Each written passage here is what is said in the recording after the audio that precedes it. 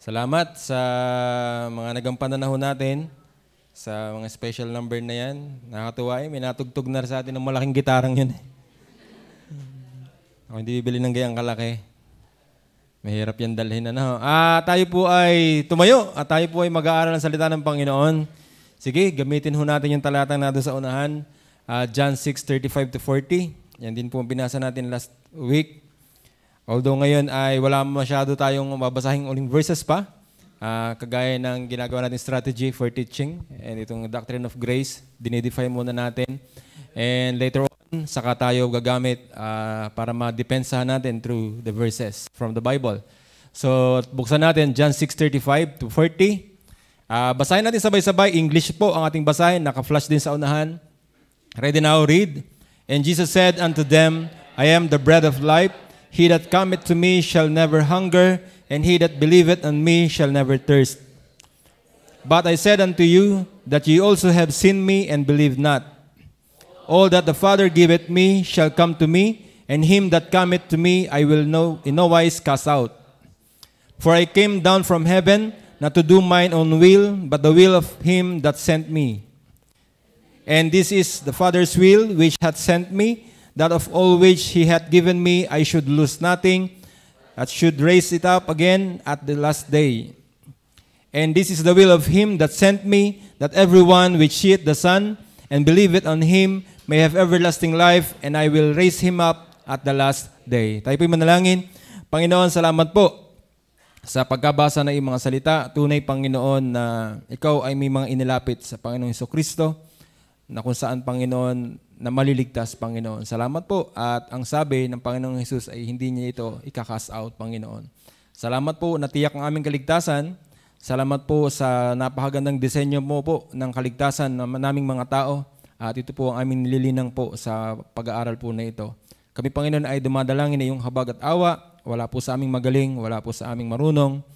At tanging biyaya mo din lamang kung bakit kami po, Panginoon, ay nakakaunawa. Panginoon, aming pong dalangin sa aming pong pag-uusap, sa aming pag-aaral ngayong hapon, nawa po ay tunay na ikaw po mataas po sa amin. Alisin mo po sa amin ang aming mga yabang, ang aming mga pagmamataas, ang aming pagmamarunong, kundi bagkos kami magtiwala sa wisdom na nagmumula sa iyo, Panginoon Diyos. Pagpalain niyo pong bawat sa amin, ako na magdadala nito, at sa mga nakikinig at kasama kong nag-aaral, nawa, Panginoon, ay kami mapagpala ngayon pong hapon po na ito. Ito po aming dalangin sa pangalan po ng iyong anak, ang Panginoong Jesus. Amen.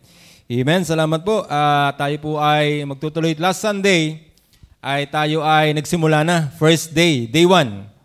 So natapos ang ating day 1 at ang ating ginawa po ay ating chinek ang history or background of the 5 points. So tinignan natin ang background at nakita natin, ako'y may slide na ibinigay doon kay Brother Renin. Pwede ba nating i-flash yung ating slide? At sige, i-ano natin yan. Nabasa na natin. Sige nga pa, isa pa. Sige. Simula dun sa... Sige, yung muna. Ayan. So, ito yung dito tayo nagwakas last week. So, pinag-aralan natin yung 5 points of Arminianism na inihain. Nino nga? Nung followers ni Arminius. Kailan? 1610. So ito yung mamaya, makikita nyo doon sa next slide. Meron ako diyang mga keywords na pag nakita nyo yung mga words na yon ay nais natin. Titingnan natin kung paano natin naintindihan yung nakaraan, yung last Sunday. Ngayon, gusto ko lang makita natin dito sa first slide na to that the 5 points na inihain o yung remonstrance na ginawa ng Arminians was found unscriptural. Okay? And who decided that? The Synod of Dort. The Synod of Dort, which is composed of so many individuals, church persons, secular person, different representative from different countries, some of which is Germany, Palatinate, Switzerland, etc. So yung mga yon ang mga nag-usap-usap at yung inihain na 5 points of Arminianism was found unscriptural. So meaning the basis of the rejection was the Bible. It was not only the principle or the logic used by man, but the Bible. yun ang ginamit para mapatunayan na yung inihahain ng Arminian na 5 points para ma-revise yung pinaniniwalaan during that time. Ano nga ang tawag doon sa written faith nung mga time na yon? The Belgic Confession of Faith and the Heidelberg Catechism. Yun ang gusto nilang ma-revise. Okay? So naalala niyo pa ba yun? Naalala pa? Tayo po ay paulit. Kaninang umaga, ako ay nagtuturo. At ito rin naman ang dinidiscuss namin. Doon sa iba na naka-attend na sa akin, at doon sa mga nakaka-attend pa, mananawa kayo nito. Mauumay kayo nito. Pero yun ang maganda. Na habang dinidiscuss, although napag-aralan natin before, lalo kayo nare-refresh. Ibig sabihin, mas lalo nananariwa sa inyo. Kasi aking nakikita at aking na-observe, although sobrang dami nang na-preach, sobrang dami nang naituro. Hindi lang naman si Pastor ang first time na nagturo. Naturo na din ito ni Brother Henry. Na-discuss ko na din sometimes. Pero, nakikita ko po at sa observation ko, hindi pa lubusang din naiintindihan. Umaamin po tayo dyan. At kita naman umaamin. Yung mga estudyante ko, umaamin na dun Nagpaulit-ulit na tayo. Pero nakakalito. At sila mismo ay hindi masyado naiintindihan. Pero, ako po ay wala sa best position para magturo talaga po nito. At ako ay aminado po dyan. Unang-una, walang background talaga ng pag-aaral nito, kundi pagbabasa lang. Siyempre, nakikinig naman ako sa mga itinuturo ni Pastor at some other references. Ito po ay biyaya sa akin na ibinigay ng Panginoon. Unang-una, ako hinanliliit nga na ako ay nagtuturo nito. Alam kong ito'y controversial. Alam kong ito'y mahirap dalhin. At alam ko mahirap na ako naman na hindi expert na magtuturo po nito. So parang hindi ganun ka-credible. Pero ako naniniwala, the wisdom that God has given me ay enough para mag-share ng Word of God. So, ako naniniwala, kahit nga ibang pastor hindi naunawaan Hindi ka?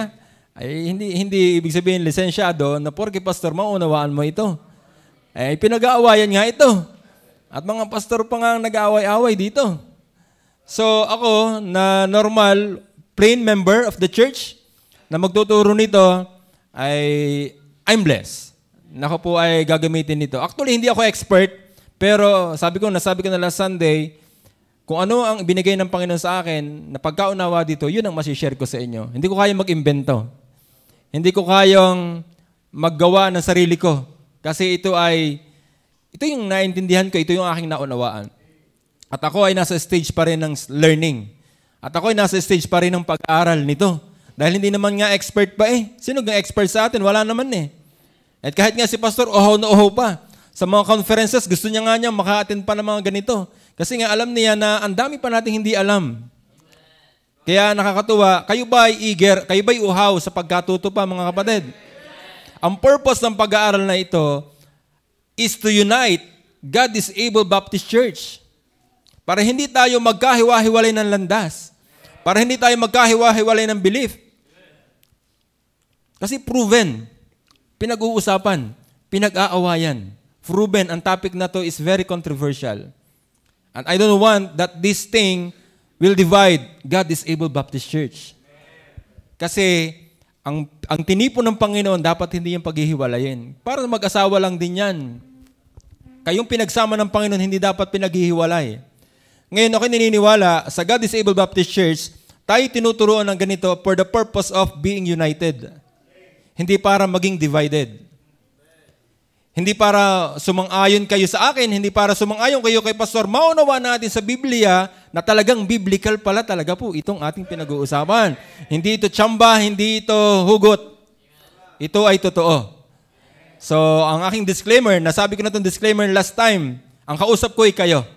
Ngayon, kung may nakikinig na naapektuhan ng mga sinasabi ko ngayon, maybe online, hindi ko problema po yun. Kayo ang kausap ko. Kung mag-react sila, wala akong problema. Nakinig sila Kung hindi sila nakinig, hindi sila magre-react. Ngayon, kayo ang kausap ko. So, kung ano man ang pinag-uusapan natin at sila naapektuhan, hindi ko problema yon. Problema nilang malaki yon. Mag-uusap sila ng kanila, mag-uusap sila ng kanila dun sa kanilang usapan. Ang pinag-uusapan natin ngayon ay ang ating simbahan. Kasi ayaw natin mangyari na ang ating iglesia ay magkawatak-watak. Ayaw natin mangyari na merong uulpot at uusbong na tutulig sa kay Pastor, tutulig sa kay Brother Henry, at mangangalap at kukuha ng kanya, at kukuhanin yung mga narito at dadalhin doon sa kanya. The main purpose of this is to be united. Dapat lahat ng member alam ito. Mapa-married ka, mapa-young people ka, mapa-YS ka, dapat alam natin ito. Huwag na tayong mag-alam-alaman kung hindi natin to alam. Tapos mamaya, sabi ko nga doon sa mga estudyante ko, tapos sasama ka doon, hindi mo naman naintindihan. Ikaw nga mismo, hindi mo maipaliwanag, tapos sasama ka doon dahil naisipan mong tama yata yun? O dahil nadala ka lang doon? Hindi. Dapat sasama ka doon kung talagang naiintindihan mo. At hindi ka sasama doon kung talagang naiintindihan mo. Correct? So yun po ang goal natin ng pag-aaral po na ito. So kaya po, I am blessed na ako po ay naging part po nito. Alam kong napakababaw, sobrang babaw pa ng pagkaunawa ko. Hindi ko nga ito naiintindihan. Ang tagal ko ng baptist, hindi ko ito masyado naiintindihan. And up to now, may kaunti na. May kaunti na. At yung konting yun, ang i-share ko po sa inyo. Hindi sa kung ano man, basta ito ay pagsalusaluhan po natin. Sige, pakisek nga ako ng next slide. Ito yung mga review from day 1's lesson. May mga words ako dyan na nakalagay. Hindi nyo masyado makita. Ako naawa naman doon sa mga edad na. Hindi masyado nakikita. Ang liliit nga naman. Okay, mag-alala. Mga ano lang yan. Hindi nyo kailangan kopyahin yan. Hindi nyo kailangan kopyahin. Yan ay, may nakalagay dyan. First bullet is 16:10. Anong naalala niya sa 16:10? Hindi yan ang unang meeting. Hindi yan ang unang meeting. Ang 16:10, dyan naghain ng remonstrance ang Arminians. Correct? Diyan nila inihain yon. Teka muna. State of Holland, Government of Holland, Church of Holland. Mayroon kami na sisilip sa ating pinaniniwalaan sa position ng ating simbahan na hindi tama. At mayroon kaming 5 points against that. At yan inihain nila kailan? Noong 1610. Saan nga yan? Yon. Hindi sa Poland, sa Holland. Yun yung next word. Holland. Sa Holland nangyari. Naalala nyo na? Kita nyo? Ano yung Arminians na nakalagay doon? Sila naghain. Sino doon si Arminians? Sino itong mga Arminians na to? Followers ni James Arminius. Yun. So na. Sino ba si Arminius? Siya ang, may sinasabi to siya yung nagpalaganap ng 5 points na yon para kontrahin yung existing na belief. Okay? So, yun yung mga Arminians. At may 5 points sila. Yung 5 points na yun, yun yung kakontra ng tulip. Yun yung inihain nila. Yung tulip na yun, saktong-sakto, kanilang ni-reverse. Saktong-sakto, ni-reverse po nila. At ang naghain yan ay Arminians. At anong tawag sa kanilang inihain na yun? Remonstrance. Ibig sabihin, protest. They was protesting na yung belief, yung nakasulat sa Heidelberg Catechism at Belgic Confession of Faith during that time was not correct. At mayroong 5 points sila nakikita na hindi nila ma-accept. The sovereignty of God. Yung lima, hindi nila ma-accept yun. Okay? So yun remonstrance. Then ano may nakalagay doon? Synod of dirt. Ano yung synod of dirt? Yun. Sila yung assembly na nagpulong at pinag-usapan nila yung inihain ng Arminians. Naghain sila 1610. Alam niyo ba kung kailan sila nag-meet? 1618. 1618. Medyo matagal bago pinansin, no? 1610 sila naghain, 1610 sila nag-review. Pero hindi nila inilang bahala. Ni-review pa rin nila. Natapos ng 1619. Ilang months ang nagugol? 7 months. Okay ba sa inyo? Nagigets nyo ba? Kita nyo yan? Ilang sessions naganap bago nasabi nilang unscriptural ang inihain ng Arminians? 154 sessions. Ganong karami. 7 months nag-meeting, yun lang ang pinag-uusapan. At anong reference? Bible. Hindi libro. Bible. Hindi libro ni Calvin. Bible ang reference. Okay? And they have decided and found that the 5 points raised by the Arminians are unscriptural. Nakita niyo yun? Sabi sabihin, anong year na ngayon? 2024. Umuusbong ito ulit? Pero matagal na napag-usapan, 1610. Pero alam nyo ba, way before, that 1610, year 500, meron ng usapan. Nitong time na to, actually, ang kilala during these times ay si Arminius at saka si Calvin. Sa palagay nyo, magkakilala kaya yung dalawa? Palagay nyo? Hula lang. Kayo ba naniniwala na hindi sila nagkausap ni isang beses? Kasi mas bata si James Arminius. Namatay si Calvin 1564. Ipinanganak naman si Arminius 1560. 4 years old pa lang. 4 years old pa lang si James Arminius nung namatay si Calvin. How old ang advance ni Calvin kay Arminius? Sobrang laki ng advance. Correct? Hindi sila nag-meet. Yung mga followers lang nila ngayon ang itong totoong nagbabalitaktakan. Pero hindi, 4 na taon pa eh. Ano malay nun sa total depravity? 4 na taon pa. Hindi sila nagharap. Pero alam niyo ba, before these two men, ay merong nauna pa. Year 500. Kung naririnig niyo si Pelagius at si Augustine. Si Pelagius is of the same belief with Arminius. Then Augustine is of the same belief with Calvin. Okay? So, kaya merong Pelagianism. Yun yung Arminianism. So, kasi since Pelagianism, so doon din naman ang sinundan nung kay Arminian. Nagkakaparehas silang dalawa. Yung kay Augustine, nagkakaparehas naman sila ni Calvin. Kaya ibig sabihin, year 500 pa lang, ipinag-uusapan na. Itong ating ito, yung mga utot na lang ito. Ipot-ipot na lang itong ating ito ngayon. Ngayon pa tayo uulpot, dati pang napag-usapan. Dati nang nahatulan, unscriptural. Dati nang nahatulan. Siyempre malamang hindi naman sila pumapayag na Arminian sila. Di ayos. Di ayos kung ganun. So ibig sabihin hindi sila nga aking kausap. Hindi naman pala sila yun eh. Di ayos, okay, ayos lang. Okay, ngayon may nakita tayo dyan. 5 points of Arminianism. At yung nasa pababa, yun. Ano yung 5 points ni Arminianism? 1 is free will or human ability. Ano ibig sabihin nun? May free will, tapos may ability ang tao.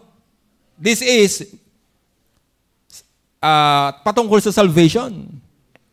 May kakayanan silang humingi ng tawad, may kakayanan silang manampalataya.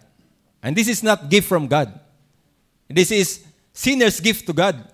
Yung faith nila, that is His gift to God. Contribution to salvation. Meaning, salvation is not fully grace provided by God, but there are some from people, from men, that we contributed. At yun yung faith para sa kanila. Yun yung para sa kanila. Naiintindihan niyo po ba ako? Pasensya na ako minsan nakakapag-English. Ayan yun na. Minsan lang naman ho yan. Next, conditional election. So for them, ang election ay may condition. Anong condition? Doon sa nakikitang foreseen faith. May nakikitang foreseen faith daw ang Panginoon sa mga tao.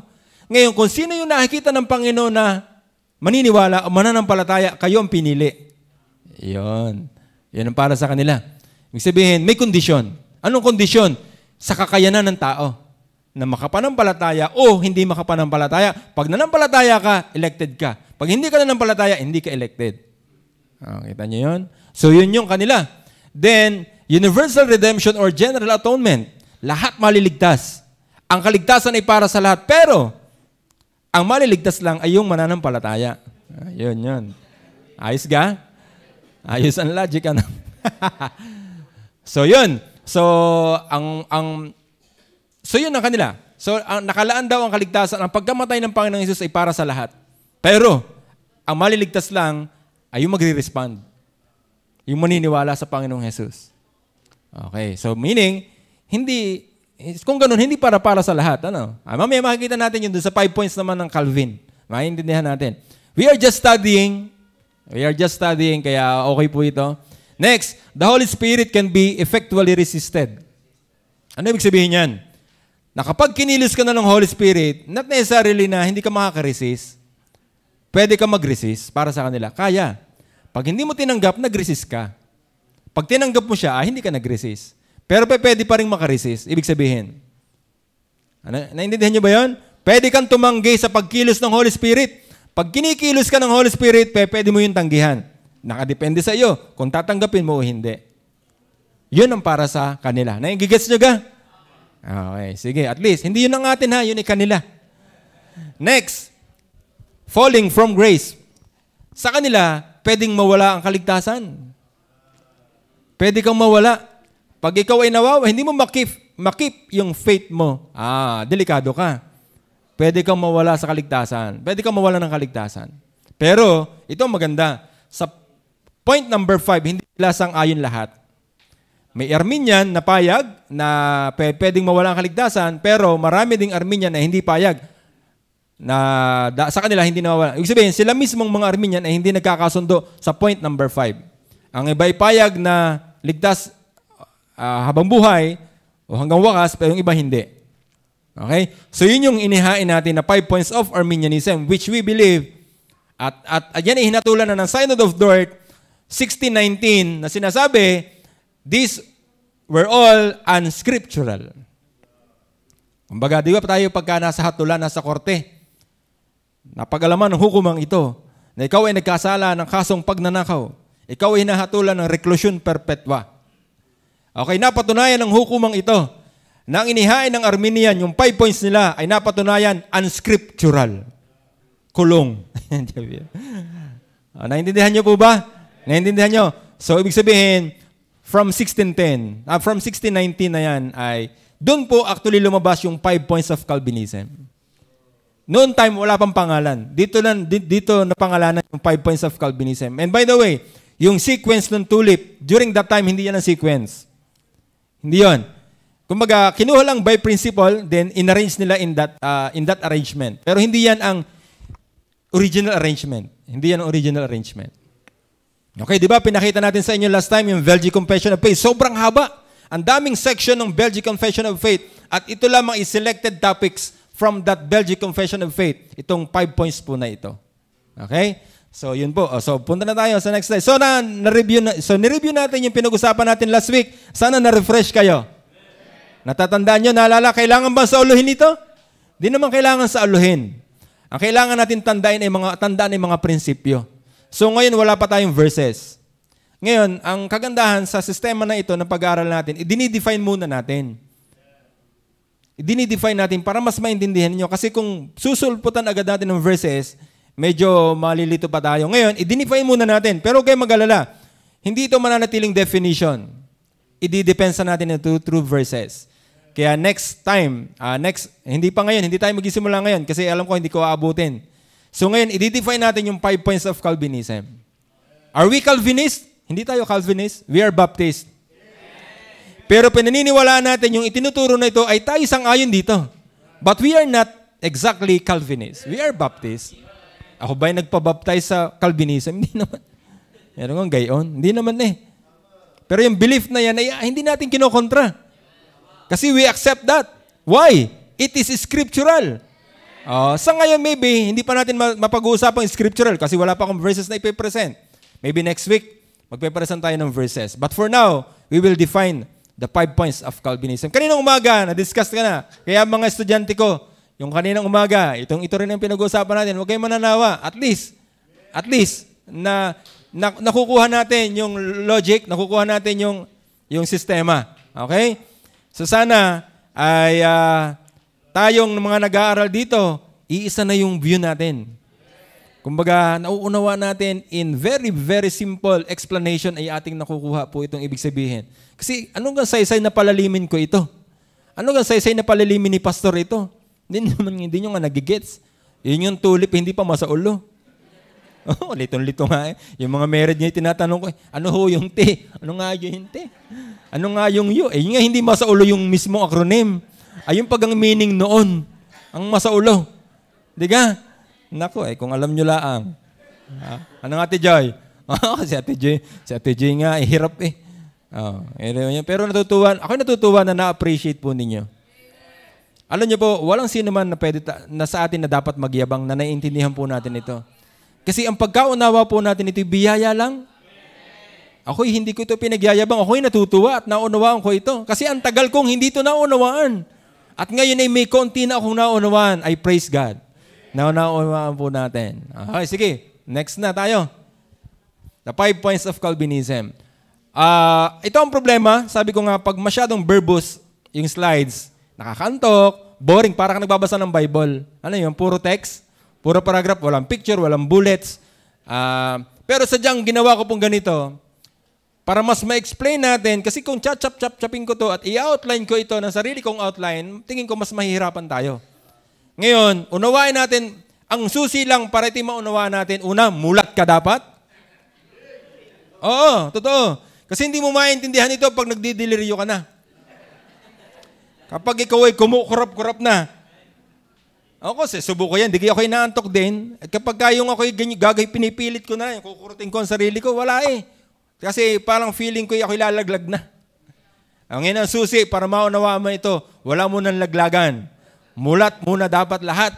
Okay, number 1, pakibasa. Number 1 point, handa? Basa. Okay, dun muna. Yun ang first point. Letter T. Total depravity or total inability or total depravity. Sa Armenian, ano nga ito? Free will or human ability. Magkakontra? Oo, sobra. Reverse. 180 degrees. Talagang magkasalungat. Correct? Oo, talagang magkasalungat. Total inability. Ang kanila ay human ability. Di magkakontra. Total depravity ang kanila partial. Partial depravity ang kanila. Ang ating total depravity. Sa kanila, yes, corrupt, but hindi pa. Mayroon pang konting natira. May konti pa. Partial. Hindi total. Okay? Hindi total. Okay, ngayon, ano ba ang ibig sinabing total depravity? Pakibasa natin ang first. Sige, ito, nakakaantok na part. Okay, pakibasa. Lahat muna ng lalaki, handa, basa.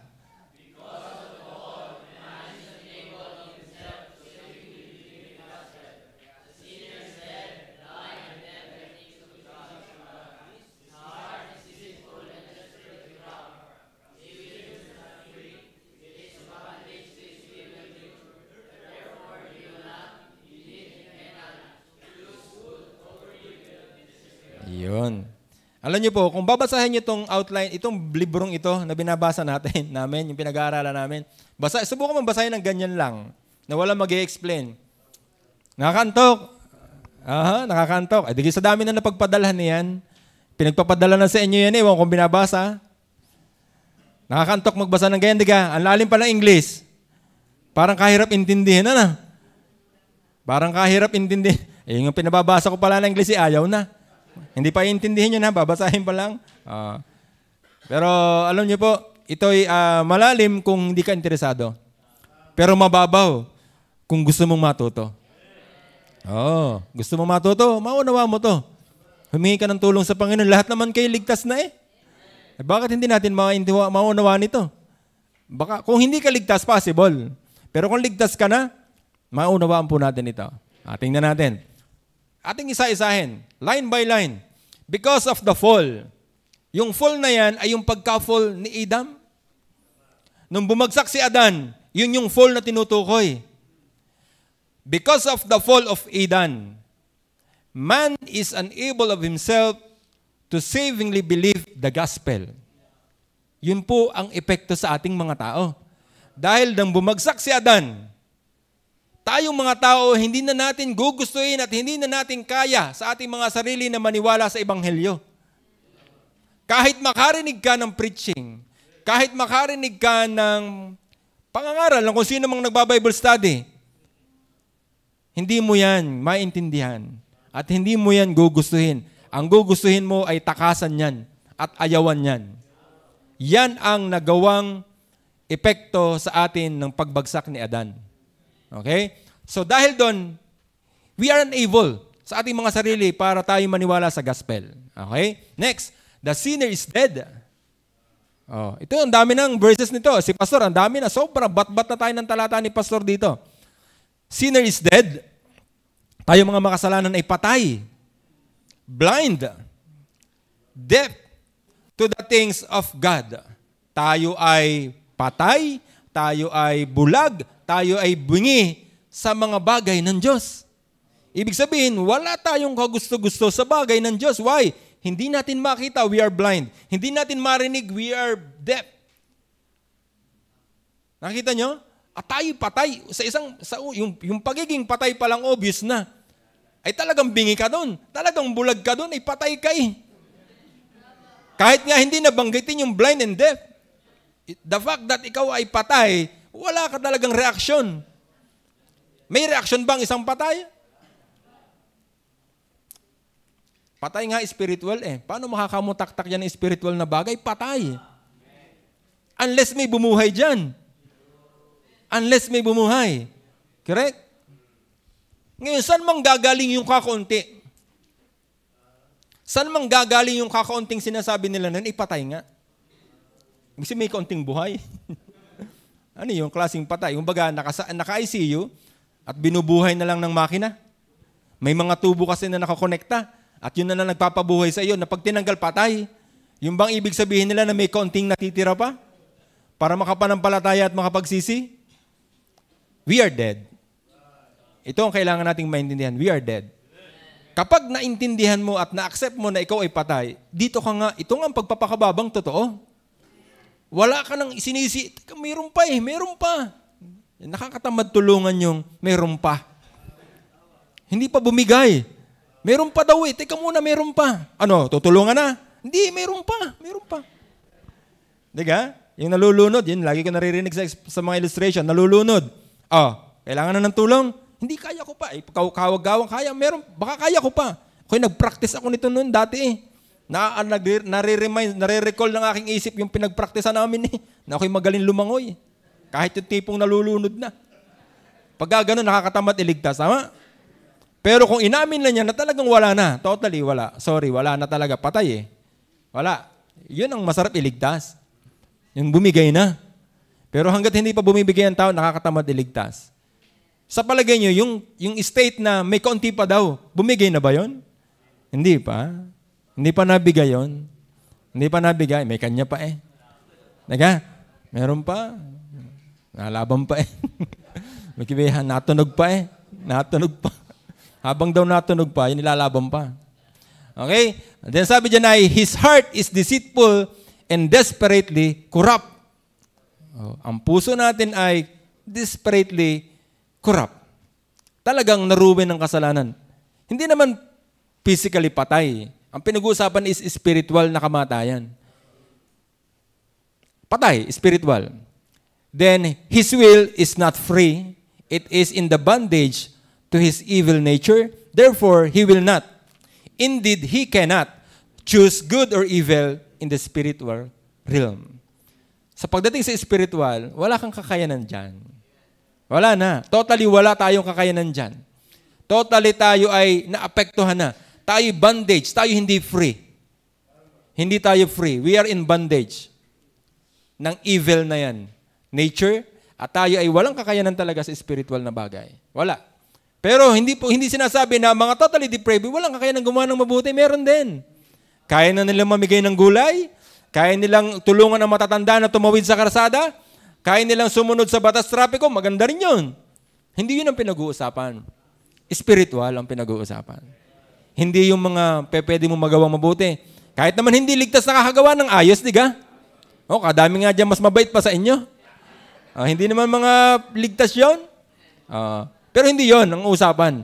Spiritual ang pinag-uusapan. Next slide. Ito yung kadugtong ng total depravity. Consequently, it takes much more than the Spirit's assistance to bring a sinner to Christ. Kasi ang sabi ni Arminian, ang kailangan nila sa Holy Spirit is just assistance. Pero ito, kay Calvinism, consequently, it takes much more than the Spirit's assistance to bring a sinner to Christ. Hindi lang assistance ang kailangan mo. Talagang kailangan mo ang paggawa ng Spirit. Hindi assistance lang. Siya na ang gagawa ng lahat. Hindi assist nga po ako. Pasuyo nga po, pasuyo. Hindi gayon. Totally siya ang gagawa. Okay? It takes regeneration by which the Spirit makes the sinner alive and gives him a new nature. Anong kailangan mo? Patay ka eh. Kailangan mong mabuhay. Kailangan mong ma-regenerate. At ang regeneration is not just an assistance. Regeneration is a full task na ginagawa ng Holy Spirit. Ano yun? Assistance? Ako po yung magre-regenerate. Pa-assist nga po. Hindi yung pwedeng ganun. Holy Spirit, pa-assist nga po. Gusto kong ma-regenerate. Hindi ganun. Regeneration is a full responsibility and authority na gawin ng Holy Spirit. Siya ang gagawa nun para sa atin at hindi tayo kabahagi. Nakukuha niyo po yun? Regeneration is His work, not ours. Okay? The next. Faith is not something man contributes to salvation, but itself a part of God's gift to salvation. Kasi sa kanila, yung kay Arminio, kung naalala nyo, yung free will or human ability, sabi nila, faith is our contribution, our gift to God, and our contribution to salvation. So, sabi dito, faith is not something man contributes to salvation, but is itself a part of God's gift of salvation. It is God's gift to the sinner, not sinner's gift to God. Kasi yung kay Arminian, baligtad eh. Ang sinner daw ay nag-gift sa Panginoon at yun yung faith. Nabaligtad na. Ang nagregalo na ay ang makasalanan sa Panginoon. But this is very reverse. It is God's gift to the sinner and not the sinner gift to God. Okay? So, yun po ang total depravity definition. Nagigets niyo ba natin? May magagawa ba tayo? Totally patay, bulag, bingi, wala tayong magagawa. We are unable unless we will be regenerated. And that regeneration is not just an assistance from the Holy Spirit. It is full task of the Holy Spirit. Nagigets niyo po ba yan? Next part. Patulog na? Hindi pa. Unconditional election. U. Tapos na tayo sa T. Ano nga yung T? Sa total depravity, may magagawa pa kayo? Suko na. Suko na ang tao. Kailangan natin ng katulong. Hindi pala katulong. Kailangan natin talaga ng gagawa para sa atin na mabuhay. And that is the work of the Holy Spirit. Buti na lang, merong unconditional election. Ano naman itong unconditional election? Alam niyo po, itong ating pinag-uusapan ito, hindi ito naghihiwa-hiwalay. Yung tulip mismo, yun ay magkakasama. Alam niyo ba, that sa tulip na to, ang pinatitingkat is the sovereignty of God. Sovereign ba siya sa total depravity? Yes, sovereign siya doon. Sovereign ba siya sa unconditional election? Yes. Siya ba ay sovereign doon sa limited atonement? Yes. Kasi yung gusto niya lang, yun lang mangyayari. Irresistible grace, sovereign ba siya doon? Yes. Ginusto niya, hindi mo pwedeng tanggihan. Sovereign siya eh. Perseverance of the saints, sovereign ba siya? Yes, iniligtas niya tapos mababayaan niya. Sovereign siya. Gusto niya iligtas, ililigtas niya habang dulo, hanggang dulo. Sa buong tulip na to, this is sovereignty. Sovereign ang Panginoon dyan lahat. Hindi yan pwedeng pagwatak-watakin. Hindi pwede. Unconditional election. Basa naman mga babae. Handa, basa.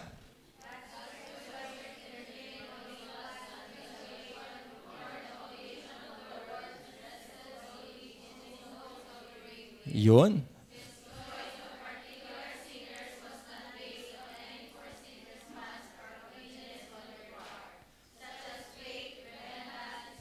Yun ang maganda doon, yung etc.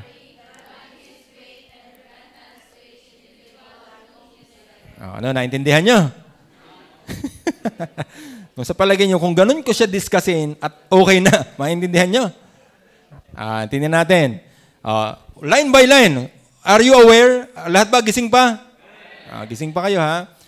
God's choice. This is the second point, unconditional election. Pag sinabing, doon pa lang sa word na, kasi sa kanila is conditional election, di ba? Ito naman, totally, kabaligtaran talaga, ha? Unconditional election. Ito yung nakasulat sa Belgic Confession of Faith. Unconditional election. At doon sila hindi makapaniwala, kaya ang gusto nilang i-revise at ang gusto nilang patunayan at paniwalaan ay yung conditional election. Pero ito yung sabi. Ano ba ang ibig sabihin ng unconditional election? God's choice of certain individuals unto salvation before the foundation of the world rested solely in His own sovereign will. Pumili ang Panginoon base sa kanyang sovereign will. Kailan?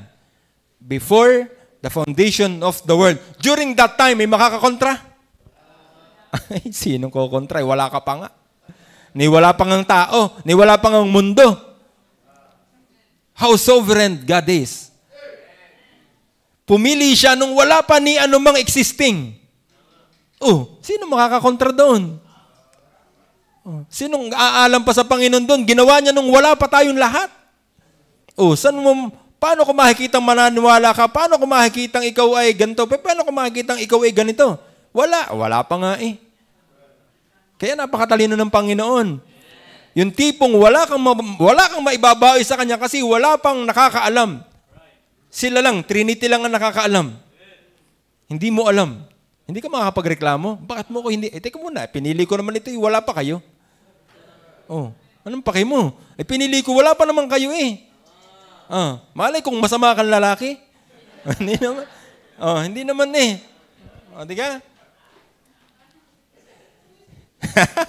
His choice of particular sinners was not based on any person response or obedience on their part, such as faith, repentance, etc. Hindi nakabase sa kung ikaw ay mananampalataya o kung ikaw ay hindi mananampalataya, ang pagpili ng Diyos. Hindi nakadepende doon. Wala pa nga eh. Wala ka nga eh. Paano hindi depende sa iyo? Mangyayari yan kung nga ngayon pumili. At kung nga ngayon pipili at bukas papipili at sa isang araw papipili, baka nga pagbasihan yan. Pero hindi nga eh. Noon pa nga ginawa eh. Noon pa. Totoo ba yan? Nasa Bible ba yan? Di sa isang araw na. Ngayon, define muna tayo. Kasi next time, magbabasa na tayo ng verses. Okay? Next, on the contrary, God gives faith and repentance to each individual whom He selected. Ayun pala. Ang bibigyan pala niya ng pusong makakapanampalataya at makakapagsisi ay yung pinili niya. Nagigets nyo? Paano yung hindi pinili? Teka muna, hindi niyo problema yon. Kasi ang Panginoon na nagdesisyon hindi natin siya kukwestiyonin. Pasalamat ka na lang at napili ka. Yung mga namang hindi napili, wala namang pakialam yun. Walang pakialam yun. Ako'y may illustration, dati ko pang binabanggit. Nabanggit ko na rin ba ito noong linggo? Bumili ako ng damit. Ano bang brand nitong ito? Bigay lang sa akin to eh. Kapag bumili ako ng damit, for example, itong damit na to, same brand, same size, same color. Lahat walang damage. Chinek ko, wala naman lahat damage. Pare-pareho, 10 ang naka-display, 10. Nasa hangiran sa SM. Pare-parehas yan ha, walang pagkakaiba. Siyempre, ang bibiling ko iisa. Alam mo, bibili akong pare-parehas na damit, 10. Hindi naman yung uniform. Kailangan ko isa lang. Pumili ako nung nasa gitna, nahagip ko. Ngayon, magrereklamo yung mga hindi ko napili.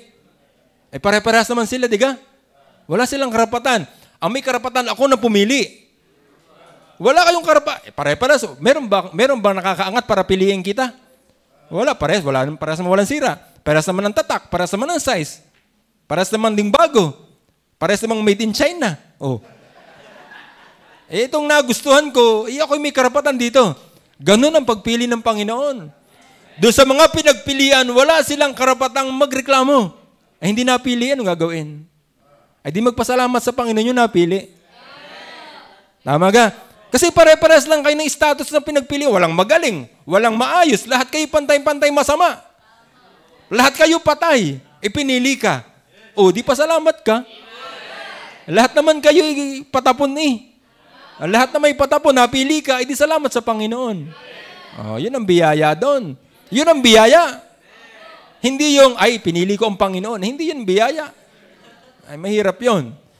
Next slide. Ito yung continuation ng unconditional election.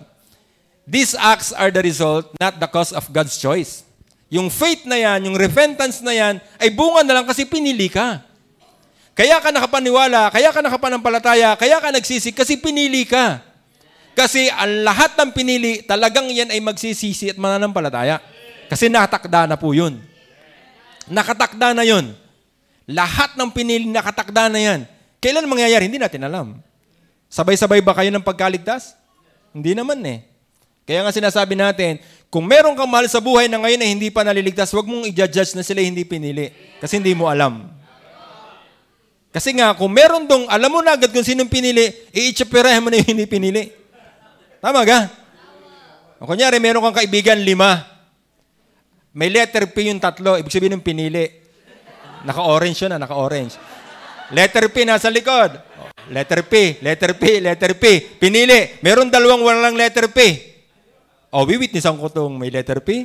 Wiwitnessan ko itong may letter P. Wiwitnessan ko may letter P. Yung kayong 2, hindi ko kayo papakayo. Hindi naman kayo pinili. Hindi ka? Kaya matalino ang Panginoon na hindi nilagyan ng identification.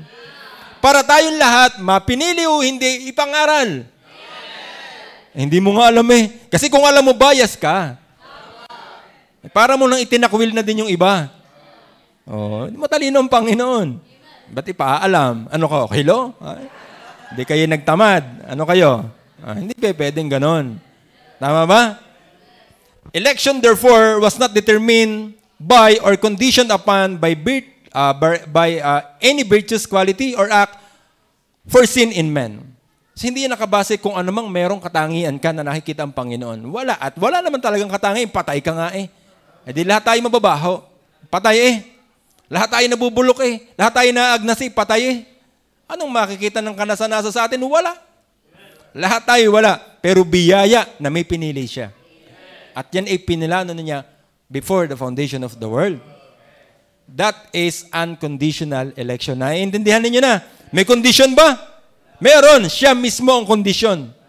Pero sa atin, walang nakikitang pwede tayong ipagmalaki para sabihin na bakit tayo ay pinili ng Panginoon dahil ako pala ay mananampalataya. Hindi gayon. Pumili ang Panginoon nang walang nakikita sa iyo. Hindi nga nakatingin doon ang Panginoon. Kasi nung ginawa niya, wala ka pa. Okay? Next. Point number 3. Which is letter L. Ito ba? Ayan. May kasunod pala. Sige, tapusin natin ito. Those whom God sovereignly elected, He brings through the power of the Spirit to a willing acceptance of Christ. Thus, God's choice of the sinner, not the sinner's choice of Christ, is the ultimate cause of salvation. So, ang sabi diyan, God's choice of the sinner. Hindi yung sinner ang pumili sa Diyos. And that is the ultimate cause of salvation. Yung pagkapiling yun ng Panginoon. Lahat ba ng pinili maliligtas? Yes. Lahat ng pinili maliligtas. Sabay-sabay? Hindi. Hindi sabay-sabay. Kaya huwag mong judge yung mga pinapangaralan nyo dyan ng gugusot ng trucks ninyo. Nakasabihin yung hindi pinili yung mga ito. Hindi. Wala kang karapatan. Hindi mo alam. Hindi mo alam. Huwag kang magyabang. Huwag mo agad silang huwag mo silang i-judge agad. Hindi mo alam. Hindi mo alam. Hanggat buhay. Hanggat natunog.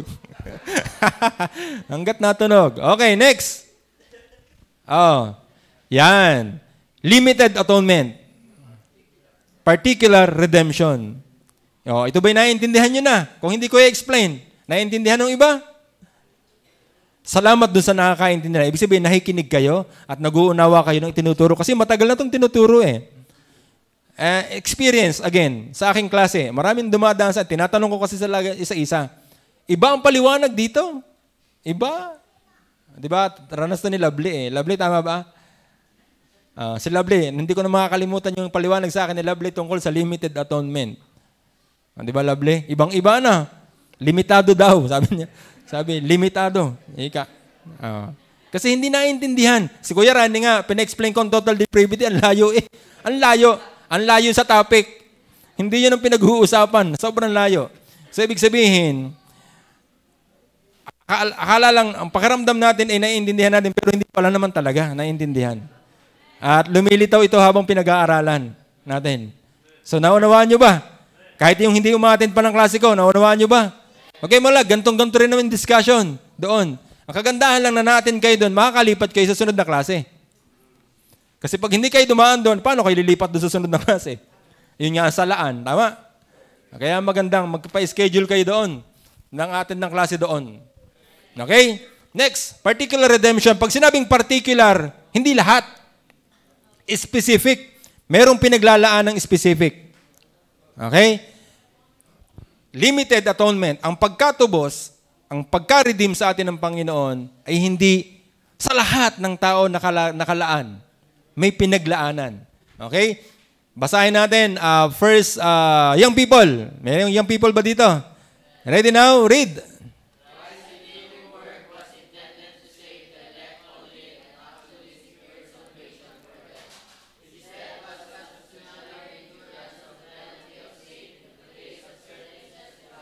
Yan.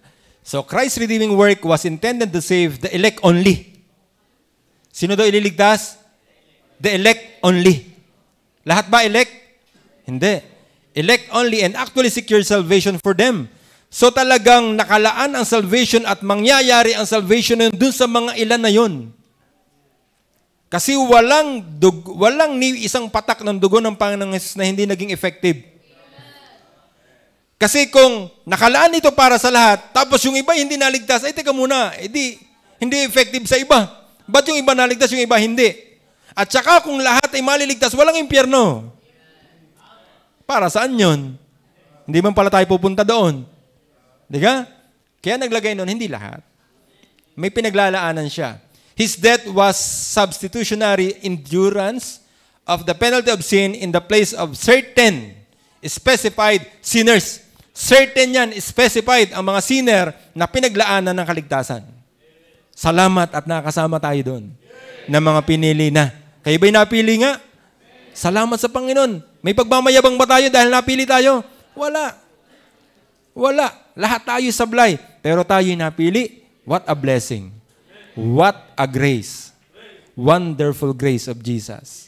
Okay po. Next. Siguro last point muna natin ito. Ang oras natin kasi hindi natin kakampi. In addition to putting away the sins of His people, Christ's redemption secured everything necessary for their salvation, including faith, which unites them to Him. The gift of faith is infallibly applied by the Spirit to all of whom Christ died, thereby guaranteeing their salvation. So kung sino man ang pinili niyang pinaglaanan niya ng kanyang pagkamatay, maliligtas talaga ang mga yon.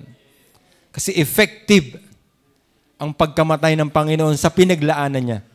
Walang matatapong dugo na hindi maliligtas ang mga tao. Salamat. Purihin ang Panginoon. Masaya ba kayo dyan? Masaya tayo dyan dapat. Sa kanila naman lahat din daw Pero yung mananampalataya lang ang pinili. Tama naman yun, diga?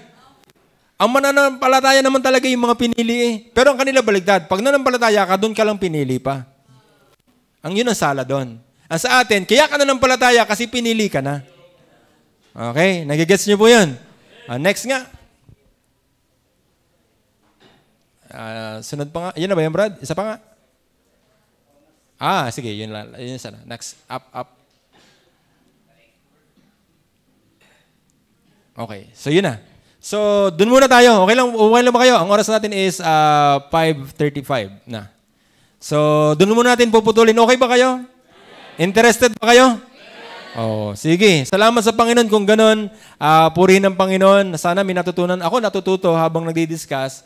And hopefully, tayong lahat ay natututo. At sa biyaya ng Panginoon, solid ang JABC sa paniniwala na ito.